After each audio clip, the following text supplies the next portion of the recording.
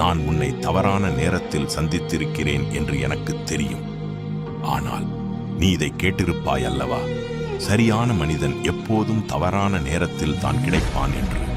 நீ என்னை நம்ப வேண்டும் என்று நான் விரும்புகிறேன். நீ புரிந்து கொள்ள முயற்சி செய்ய வேண்டும் என்று நான் விரும்புகிறேன்.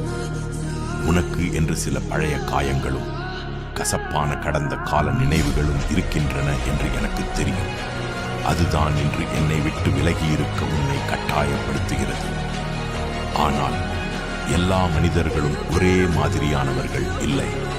I want you to trust me. I want you to have faith in me.